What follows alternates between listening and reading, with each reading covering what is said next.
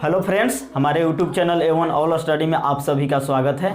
हम बिहार बोर्ड के छात्रों के लिए ऑब्जेक्टिव क्वेश्चन हर एक वीडियो में डालते रहे हैं और आपके सामने अभी जस्ट ऑब्जेक्टिव क्वेश्चन ले आए हैं जो बायोलॉजी से संबंधित है। तो चलिए क्वेश्चन पर चलते हैं और उसको टिक करते चलते हैं।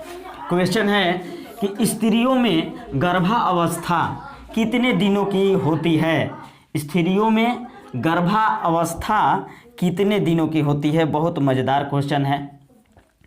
देखिए, क्वेश्चन कहा कि स्त्रियों में गर्भावस्था कितने दिनों की होती है। गर्भावस्था का मतलब होता है कि जब कोई स्त्री प्रेग्नेंट हो जाती है तो उसका जैसे संतान उत्पत्ति जब तक से नहीं होती है तो वो संतान उत्पत्ति के अंतिम अवधि पूरा होने में कुल कितने समय लगते हैं, उसी को यहाँ पूछा गया है। समझ में आ गया? तो उसी को हमको बताना है ऑप्शन वाइज करके। 4 ऑप्शन दिए हैं जिसमें से एक सही होगा। तो एक में दिया है ए में 8 महीने, बी में है 9 महीने, सी में है 9 महीने 10 दिन और डी में है 10 महीने। समझ में आया? बहुत सटीक ऑप्शन बनाया, बहुत सटीक ऑप्शन बनाया। इसमें बहुत सारे स्टूडेंट जो हैं भूल करके गलत से उसको टिक कर जाते हैं, जबकि वैसा नहीं। विचारने वाली चीज़ें हैं, कुछ याद करने वाली चीज़ें हैं। तो चलिए मेरे वीडियो को देखते रहिए, अंत तक बने रहिए, तो हम आपका अंतिम लक्ष्य तक आपको ऑब्जेक्टिव का क्वेश्चन देने वाले हूँ। तो देखिए, इस क्वेश्चन का आंसर होगा स्त्रियों में गर्भावस्था कितने दिनों की होती है।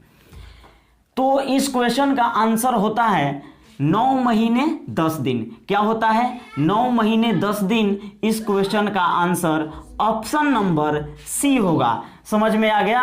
अब चलिए, क्वेश्चन 2 कहा है कि संतान उत्पत्ति का क्या नाम है। संतान उत्पत्ति, जब कोई बच्चे का जन्म होता है तो उस एक क्रिया को, उस स्थिति के है ना प्रक्रिया को क्या कही जाती है, क्या कहा जाता है, उसी को बताना है। तो यहाँ लिखा है कि संतान उत्पत्ति का क्या नाम है। जब संतान उत्पत्ति होती है, बच्चे पैदा होते हैं, तो उसका क्या नाम होता है उसको जानना जरूरी है। और इस 4 ऑप्शन में से हमको लिखना है। तो एक में है एस्पाइरेशन, बी में है पार्चुरेशन, सी में है लैक्टेशन और डी में है म्यूक्यूरेशन। तो चलिए, इस क्वेश्चन नंबर 2 का ऑप्शन बी होगा, पार्चुरेशन। क्या होगा? पार्चुरेशन जो होगा हमारा आंसर होगा।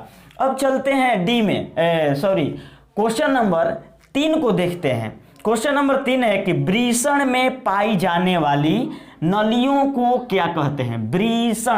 वृषण में पाई जाने वाली नलियों को क्या कहते हैं वृषण में।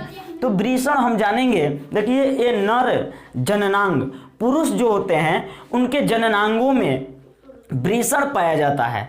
आया समझ में? तो उस वृषण में पाई जाने वाली नलियों, उसमें एक प्रकार की नली होती है, उस नली का क्या नाम है उसी को बताना है। समझ रहे हैं? बहुत अच्छे से ध्यान देते रहिए और मुस्कुराते रहिए, टिक करते रहिए। तो चलिए, इस क्वेश्चन का आंसर आपको दे रहे हैं। वृषण में पाई जाने वाली नलियों को क्या कहते हैं? तो देखिए, इसका ऑप्शन बी होगा शुक्राणु जनन नलियां। क्या होता है? शुक्राणु जनन नलियां इस क्वेश्चन का आंसर होगा। अब चलते हैं क्वेश्चन नंबर 4 के पास। हमारे रोग निरोधी, क्या बोला है? बहुत अच्छा क्वेश्चन। हमारे रोग निरोधी क्षमता को सबसे अधिक कौन प्रभावित करता है? रोग निरोधी क्षमता जो होता है मनुष्य के अंदर, ज़्यादातर नर प्रजाति के अंदर एक रोग निरोधी क्षमता लड़ने का, जिसको आप सब लोग जाने होंगे, बायो क्लास में पढ़े होंगे, अपने कोचिंग में, ट्यूशन में, अपने बुक में भी स्टडी किया होगा कि जो स्पर्म होता है उसके अंदर शुक्राणु होते हैं। तो उसी क्षमता को सबसे अधिक कौन प्रभावित करता है? वो क्षमता होता है पुरुष का, उसी कैपेसिटी पर पूरा जीवन टिका होता है। समझ में आ गया? तो उसको कौन प्रभावित कर देता है, उसको कौन मार देता है, उसका इस ऑप्शन में खोज करना है।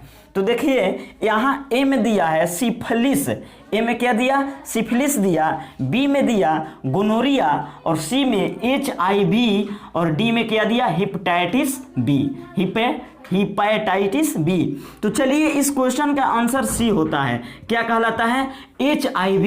HIV क्या होता है, HIV वायरस का नाम है जो जिसे एड्स फैलता है। समझ में आ गया। अब चलिए चलते हैं क्वेश्चन नंबर 5 के पास। क्वेश्चन नंबर 5 है कि हाइड्रा में प्रजनन किस विधि से होता है।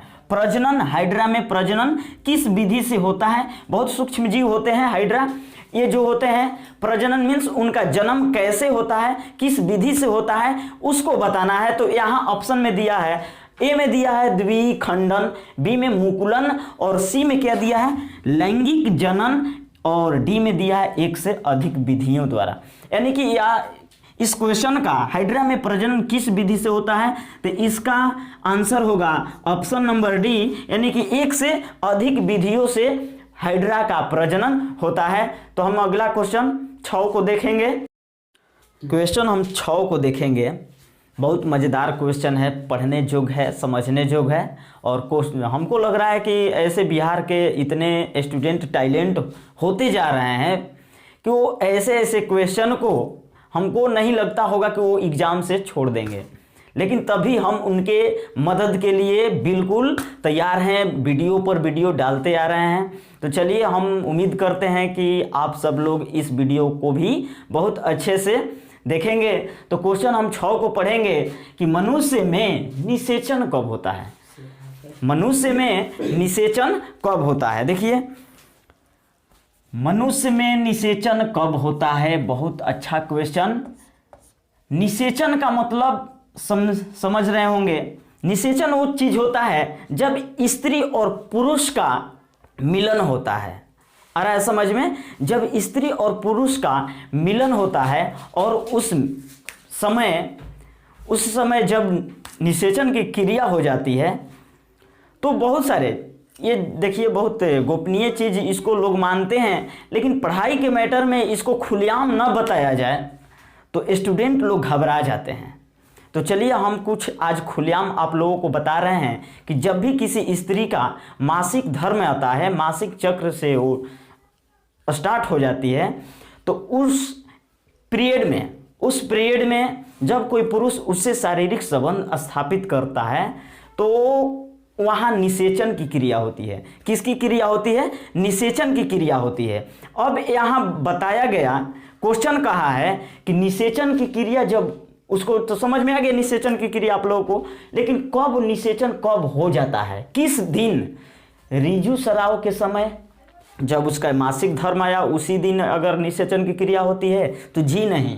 बी में दिया है 16वें 18वें दिन, तो इस क्वेश्चन का यही आंसर होगा। जब किसी स्त्री का मासिक धर्म आया हुआ 16-18 दिन हो जाता है तो उस समय शारीरिक संबंध स्थापित करने पर वहाँ मनुष्य में निषेचन प्रारंभ हो जाता है, निषेचन की क्रिया। तो इस क्वेश्चन नंबर 6 का आंसर 16वें 18वें दिन होगा, ऑप्शन नंबर बी होगा। समझ में आ गया। अब चलिए क्वेश्चन नंबर 7 है। क्वेश्चन नंबर 7 है कि मनुष्य में जरायु का निर्माण कब होता है। बहुत अच्छा क्वेश्चन लेकर आए हैं। मनुष्य में जरायु, यहाँ आप लोग जरायु का मतलब समझ लें। जरायु वो चीज होता है जब निषेचन की क्रिया हो जाती है, निषेचन की क्रिया होने के बाद पश्चात कुछ समय के बाद जब वो गर्भ में बच्चा जो है उसका अंग बनना शुरू हो जाता है, अंग का निर्माण होना शुरू हो जाता है, तो उसको जरायु बोलते हैं। आ रहा है समझ में। तो उसके पहले यानी कि कब वो स्टार्ट होता है, तो यहाँ हम देखेंगे क्वेश्चन बोला है कि मनुष्य में जरायु का निर्माण कब होता है। तो देखिए ऑप्शन में दिया है भ्रूण रोपण के समय, बी में दिया है भ्रूण रोपण के 1 सप्ताह बाद, सी में दिया है भ्रूण रोपण के 4 सप्ताह के बाद, और डी में दिया है कभी भी। क्या हो सकता है भ्रूण रोपण के समय कभी होगा, अंग का निर्माण उसी समय तो होगा नहीं। बी में दिया है भ्रूण रोपण के 1 सप्ताह बाद, 1 सप्ताह बाद कुछ चांस बन रहा है जो नहीं जानते हैं, लेकिन वो भी असंभव चीज है। समझ में आ गया। अब चलते हैं, दिया है भ्रूण रोपण के 4 सप्ताह बाद, तो ये संभव चीज है। ये 4 सप्ताह के बाद जो होता है जरायु का निर्माण होता है। समझ गए। तो इस क्वेश्चन का ऑप्शन नंबर सी यानी कि भ्रूण रोपण के 4 सप्ताह के बाद जरायु का निर्माण होता है। तो चलिए क्वेश्चन 8 को देखते हैं। गर्भावस्था में किस हार्मोन की मात्रा सर्वाधिक रहती है? गर्भावस्था कहने का मतलब जब कोई भी नारी जो है प्रेगनेंसी पीरियड में हो, तो उस स्थिति में किस हार्मोन की मात्रा जो है सर्वाधिक रहती है? उस समय किस हार्मोन, वो हार्मोन का नाम बताना है। 4 हार्मोन दिया गया है। एस्ट्रोजेन, बी में दिया है प्रोजेस्टेरोन, और सी में दिया है FSH, और डी में दिया है LH। तो इस क्वेश्चन का आंसर ऑप्शन नंबर बी होगा। समझ गए। प्रोजेस्टेरोन होता है। क्या होता है? प्रोजेस्टेरोन होता है। अब चलिए हम आखिरी क्वेश्चन नंबर 9 के पास पहुंचते हैं। किसके? 9 के पास। अंडोत्सर्जन की क्रिया किस हार्मोन के कारण होती है? अंडोत्सर्जन ये नारियों में होता है। अंडोत्सर्जन की क्रिया तो किस हार्मोन के कारण होती है? ये कहाँ होती है, किस में होती है? पुरुष में नहीं होती है। अंडोत्सर्जन जब भी आ जाए ना, तो ये समझिए कि ये स्त्रियों में होती है।